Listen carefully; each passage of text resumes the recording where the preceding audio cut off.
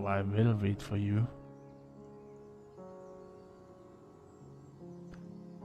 My grip on my lantern. How loud is the music? No, it looks fine, okay. My grip on my lantern tightens as the fog around us thickens. But the forests in this area are relatively safe compared to Sinlo's. I can't help but feel my hair stand on end the further we get. My free hand fingers the hilt of my sword, something akin to a nervous reflex. Have you seen it before? That's voice acting. Ah! No, it's my job. That is my job. Voice volume down. That is my job.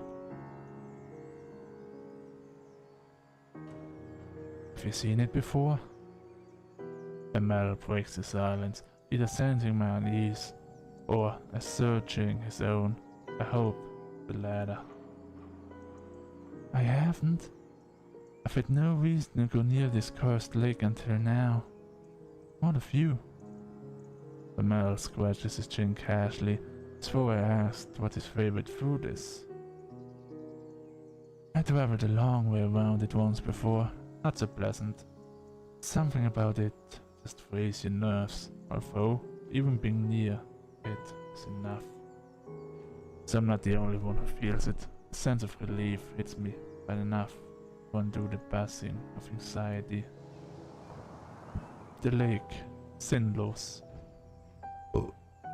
Most try their best to avoid it all their lives. The hundreds who die attempting to cross its unearthly black water, dragged to death by the creatures lurking within and the secret. No wonder you were assigned this mission. There were few who'd had first-hand experience with the place, even if from a distance. They probably keep being picked whenever they need someone to cross for however long he's with us. Emil shrugs, bringing my attention back to the dark path before us. At least we're taking the bridge this time. It will only take 2 days instead of double that, and the sooner this place is behind us, the better. It would be preferable not to risk it, but time is of the essence. We don't really have a choice. One of our allied villagers, Emma, is being harassed by brigadiers, a band of ruffians. We don't have many guards to send as an assist, only Emil and myself. The least we can do is survive before we are too late to be of any use.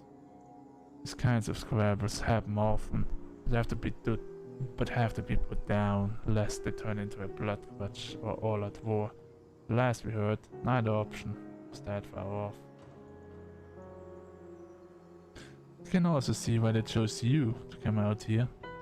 Glanced at Emil, neighbor-wise. Slight smile plays across his lips. You're always so calm and so serious. Nothing can get to you. The best choice they had. Smile now tugs at my own lips. I would like to thank him, but that won't be so calm and serious as he just described. If that's how he sees me, I'd like to keep it that way. My lack of reaction only makes him smile grow, and he chuckles a bit before refocusing on the path. I do the same. It wouldn't be right to let my guard down in a place like this. Emil appears to feel differently, however. You know, the town on the other side of the lake though, not so similar to ours. All goes well, perhaps we'll have enough time to enjoy the new area. For the most part, I ignore him, nodding when applicable. Emil is a talkative sort, and if chatting helps keep his worries down, the sword hand ready, I've no complaints. After a time, the thick fog surrounding us begins to clear. Slick wooden dock comes into view, and with it the sounds of water gently lapping at its sides. The man shifts beside me, stretching his lantern arm as far as it will go. He seems tense. Someone's already here.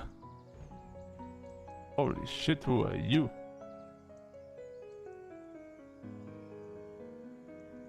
A young woman stands by the dock, eyeing us warily. Does she intend to cross tonight? Evidently, she asks the same question as we step up next to her. It's clear she isn't simply passing by. She's waiting. Stranger nods curtly to us. Margaret. Kika the Steadfast. Emil. Hello. There's a stuffy silence. Margaret turns to gaze out across the lake. Passion and clear. Not much to say. Emil and I do the same. From here, the black surface of the lake is ramblingly calm. Wind washes across its surface. Sound like whispering. But perhaps it actually is whispering. I concentrate, trying to place the difference, searching for breaks in rhythm. After a few seconds, I feel foolish. Doesn't matter what the noise is, whether I hear them or not, we're not alone. The Nixie are out there. The feeling that I can't quite shake tells me they've already noticed the little group of people on the shores. It feels hostile. My stomach sinks, and instead address my mouth. Where is the guide?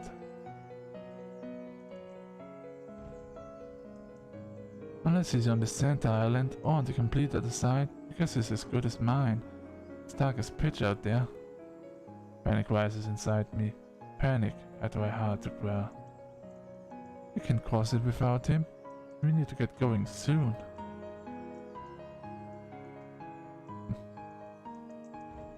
We can cross with him either.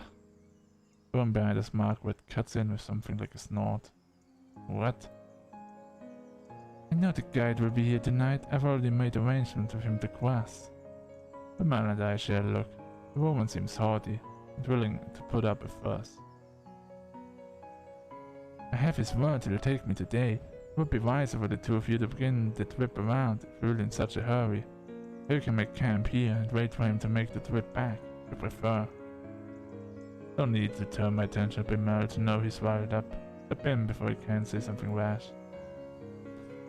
Even if that is so, the companion and I must begin the trip tonight. Margaret is unimpressed and opens her mouth to argue further. I wait for the guy to arrive before coming to a conclusion about any of this. She clams her mouth shut, then lets out a sigh. You can do as you like. The matter tentatively settled, the man moves away. His fingers begin to tap loudly against the top of his hilt. He shifts from one foot to another, then groans. What's that bastard even up to?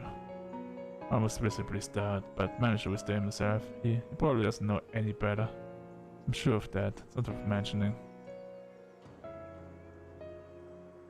With a mouth like that, you shouldn't even have the right to ask the guy to take you across. How ludicrous. He's faced far worse than a bit of foul language. Do you know anything that's happened with this lake? I know enough. Margaret is clearly not convinced, but she shrugs and makes a show of turning her back to him. The guide's father is Gavin the Exemplar.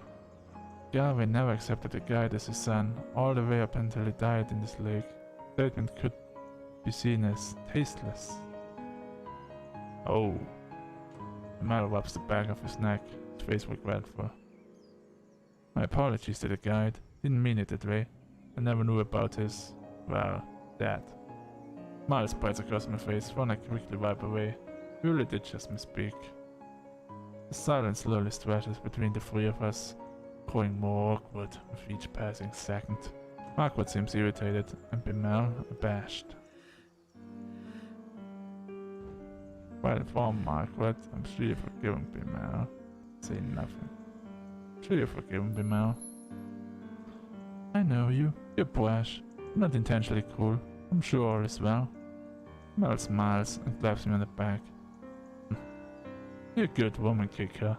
Smart too. Never been here yet. You knew more of the guy than I did. I know about Gavin truthfully. Tales of his deeds were some of the only stories my parents ever told. Is that so? Could tell more about it sometime. Paul wasn't sure to respond to this type of request. I would like that very much. Yes, I won't mind that. Must wait until after this trip, though. Of course, should drop this topic sooner rather than later, in any case. I agree. Even if there's no harm meant, hearing someone mention Gavin is probably difficult for the guide, no matter what the circumstance. The topic dropped, we each remain locked inside our own thoughts, not another word passing between us. Eventually, a small light appears on the bridge ahead, gently swaying through the foggy air. It's closer and closer, until it becomes apparent it's a figure carrying a lantern. That must be the guide. Before I can shake the ghostly aura gives off. I am for M&M's.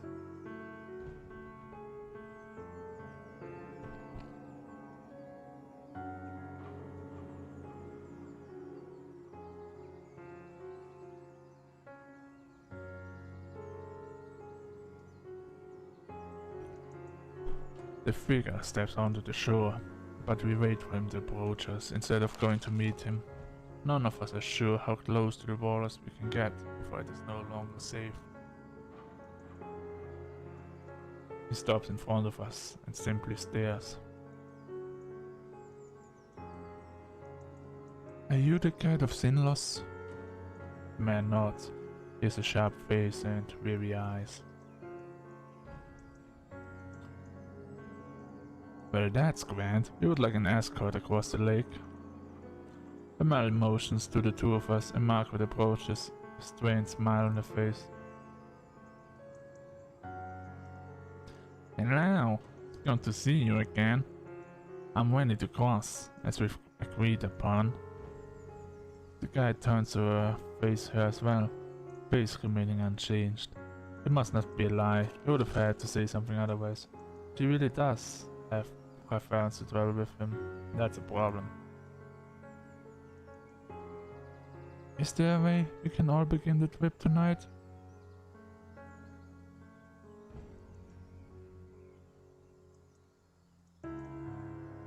Yes. I will allow all three of you to go, but with that many, at least one, will die before we reach the other side. I furrow my brow. It's a disturbing addendum, and one offered with little emotion attached. Mel glares back, asking without asking what we're supposed to do with such circumstances. You should go around.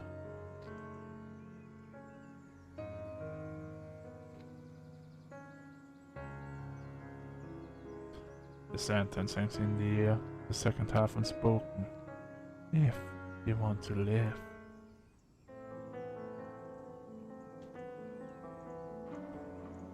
We don't have time for that.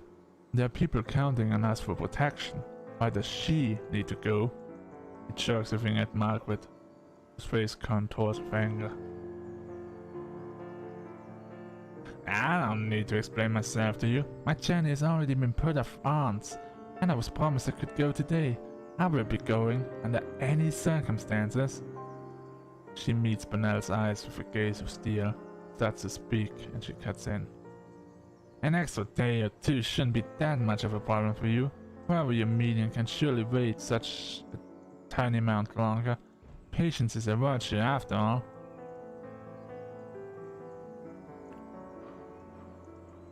The night is only so long, and if we're still on the bridges when the sun comes up, we'll all die as to sink back below to the surface.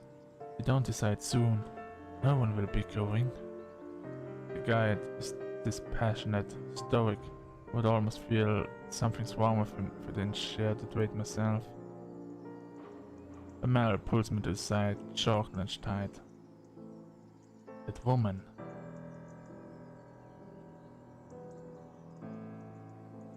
I gave her that annoying voice because she seems like an annoying woman, like a character's an annoying woman. She's still beautiful, not as beautiful as you are, but she's just a little bit of a bitch, so I give her an annoying voice as compensation, I guess.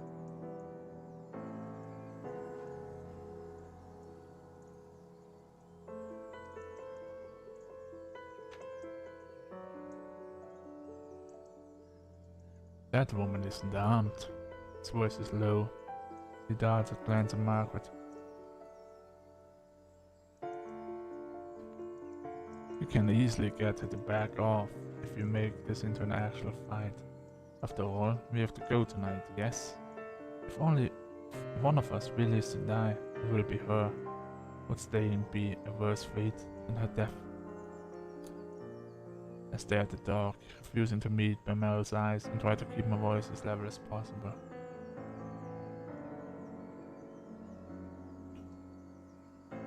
We don't know her situation. This isn't a decision we can make for her. What? Mel leans in closer, apparently having missed what I said. I removed the sympathy for her and my response when I speak again. The guide wants exactly something like that, I assume. Face is grim. Then, what else do you have in mind? First of all, you and I cannot split up. Either we both stay or we both go. Right, that's not a question. Cross my arms, a hand on my chin. I have full confidence in my abilities and in Bemel's. There's no reason not to believe the guy knows exactly what he's talking about. If we go, he might not be able to give the group the attention we each deserve. It would mean we truly would be putting Margaret's life at risk on top of our own. I believe we should go. That was a timing event too. And I believe you. Bemel's reply is firm. My steadfastness in almost weak in comparison to its certainty. It dresses the guide. We shouldn't waste more time. Let's shove off. The guide slowly turns around without even a nod to show his agreement. Margaret stares at Bemel and me, something of resolve in her gaze. Then follows after the guide. At least she didn't insist we stay behind. We should do what we can to protect her. Our force is being put in even further danger. Exactly my fault. We will take care of everything. Maybe I'm being naive, but no intention of letting anyone fall victim to this lake tonight. Those monsters can starve. Smile at him for a change. Bemel eagerly smiles back. We're lucky to have each other in this, I think. He's totally hitting on her. He turns to follow the others across. I will protect everyone on this trip. I will. We'll make it through this. Then I step onto the dock and join them. Achievement unlocked. Begin. Yay. Now that's very safe. Oh my god. That's a lot of curves on a bridge. Not expecting that. Soon as I step onto the wood, the temperature drops. The light of my lamp shines against the water's surface. It's reflective as a mirror. Till we reach land again, death is only once more mistake away. We fall into line, the guide leading the way. Margaret sits close to him, and I behind her, watching to make sure she doesn't slip on the slick, red wood. Bemel brings up the rear. Each of us hold our lanterns in front of us, but it does little good. The fog is thick and nigh impenetrable, consuming the light as if hungry for it. Above the surface of the lake, it's deathly quiet. No longer is there the whispering wind nor the sound of water lapping against the shore, just our own mismatched footsteps and the sound of my quickened breathing. My eyes drift back to the lake. Against my bad judgment, it's no wonder there's not even the sound of water with how still the surface is. It seems almost sturdy, with the sheen of a black marble floor. But rumors the water of Sinlus is heavier, more difficult to disturb than natural water, that just the weight of its oppressive cling is enough to keep someone down, even about them. Something even darker than the abyss of the lake flickers just below the surface, or at least I think it does. Turn my gaze to Margaret's back. Still, it's better to stay focused. Fall back a bit. You are following me too closely. The guide is looking over his shoulder, addressing Margaret.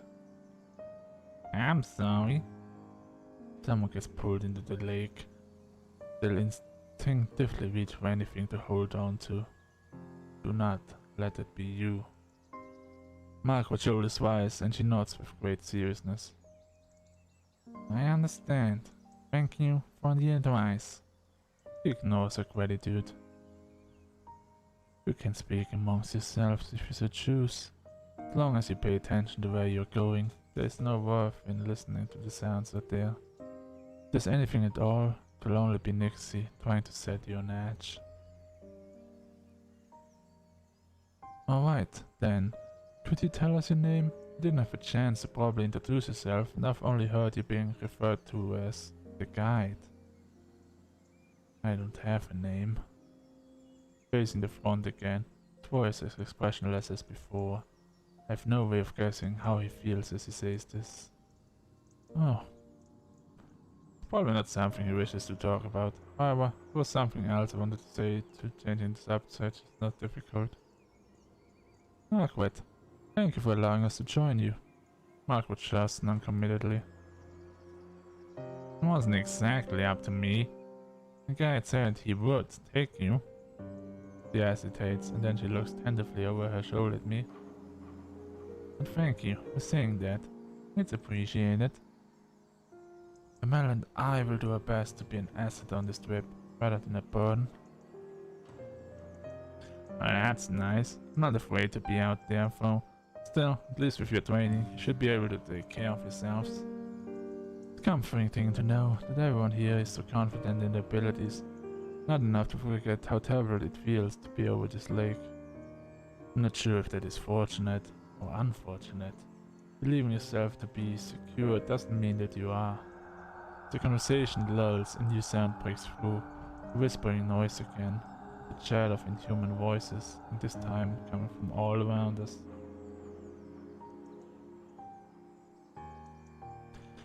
Taking care of yourself is exactly what you need to do.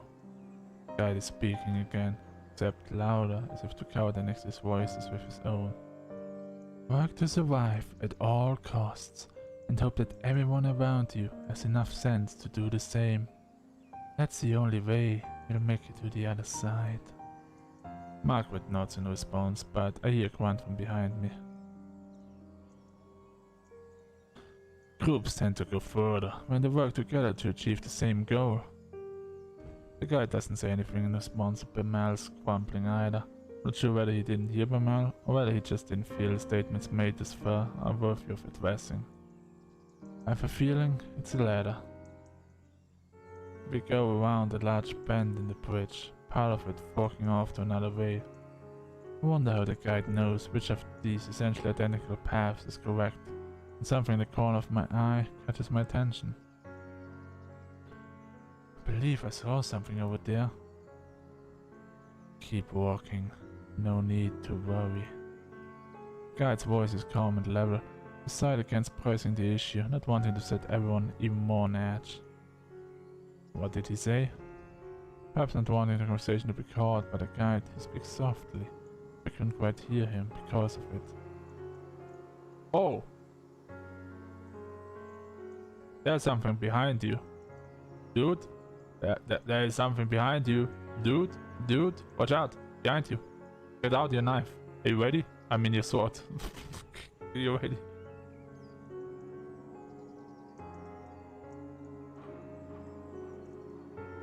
I take my eyes off Margaret. No worries. Take my eyes off Margaret. I had for a moment to explain it to Bemal. Yeah. I mean, he looks just like my brother.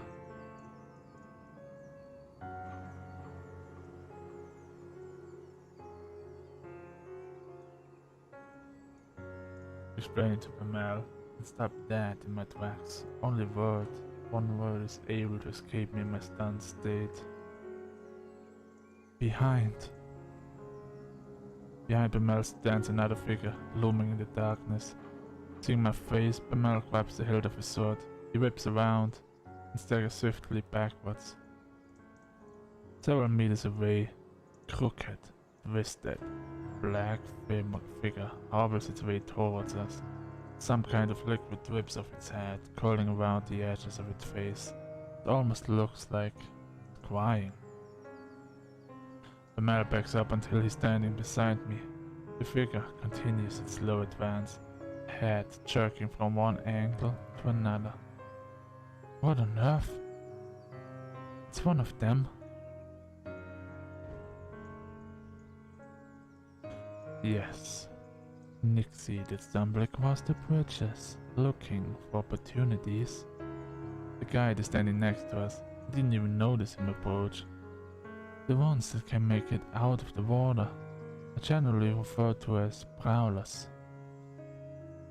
I had no idea things like that were out here. That what Kika saw down the other path? The guide says nothing, instead returning to the front of the party. Margaret watches him pass. Her frustration morphs into nervous optimism when something seems to come into her mind.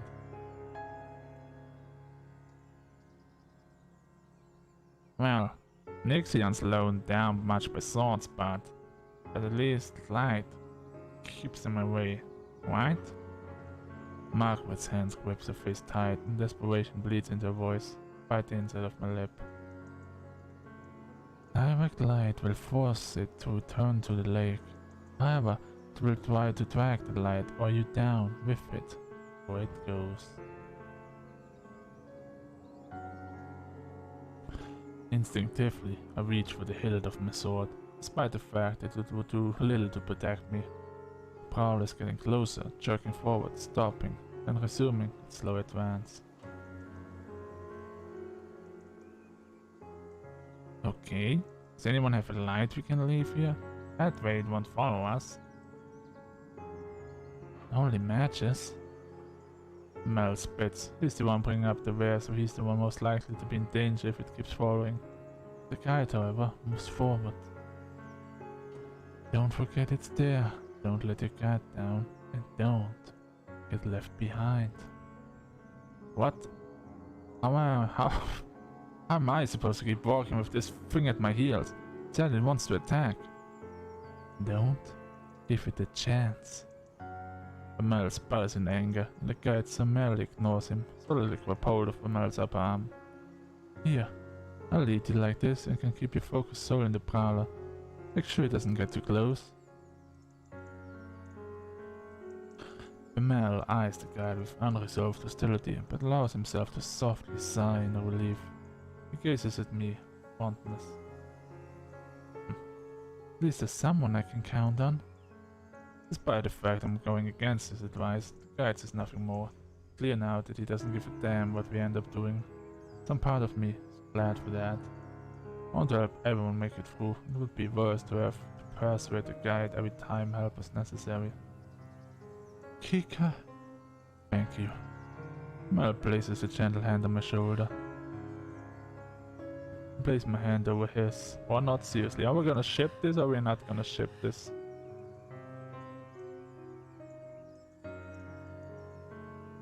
You know what? We need some coochie. We're gonna do this. Hold on.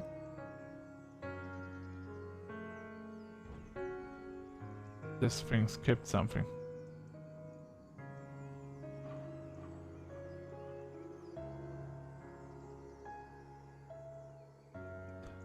Emil places a gentle hand on my shoulder. Feel Bemel's start as I reciprocate his touch, but just as quickly a smile replaces his shock. The moment is pleasant, small and warm against a large burn. I harden my expression, and Bemel follows suit. He moves his free arm down. I fully link his arm with mine, and now, probably settled, look forward. Margaret is following the guide with some reluctance. Ah! I let you choose, but you took too long. So, now we're gonna ship this, fuck it. We're gonna die because of that, but whatever.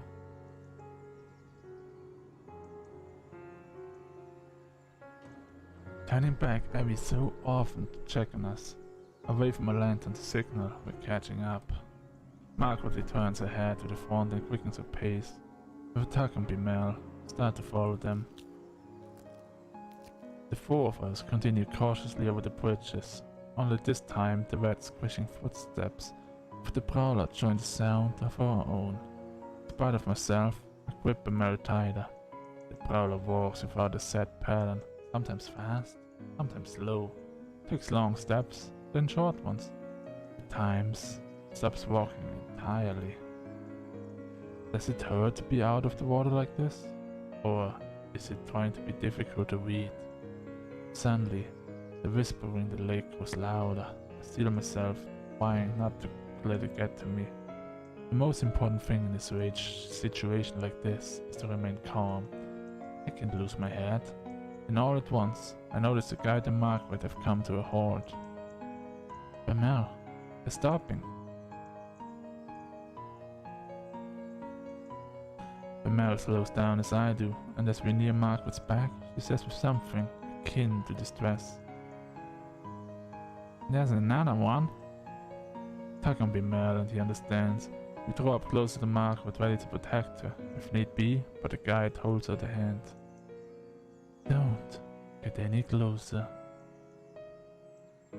Just over his shoulder, I see another prowler stumbling towards us, white liquid dripping from its eyes. The guide hands turn over in the air, palm up. Give me a lantern. We'll throw it.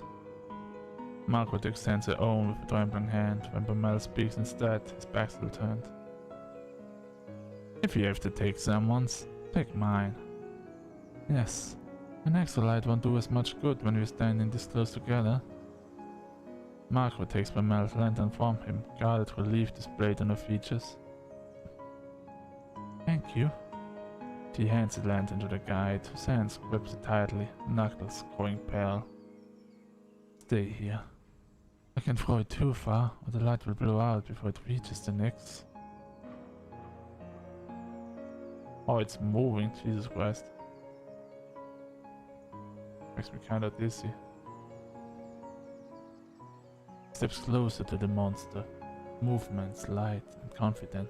As he nears the prowler, starts to back away. Is it only the approaching lights that's making it retreat, or are they afraid of him? The guide is far enough away from us that the fog is partially obscuring him, hiding his movements. The voices on the lake grow louder and louder. Water suddenly begins to splash across the lake, in the distance and onto the edges of the bridge. They want him to mess up. And suddenly, the guide takes multiple long and fast strides forward, throws the lantern and jumps backwards to regain the lost distance. There's a sharp hiss and then a deep splash. The voices of the Nixie grow quieter, not silent, but quieter. A sigh escapes me. The guide comes back to our group. We should keep going before it comes back. Glance up Bamel and realize he, too, is looking relieved at the guide before us. And then I see it.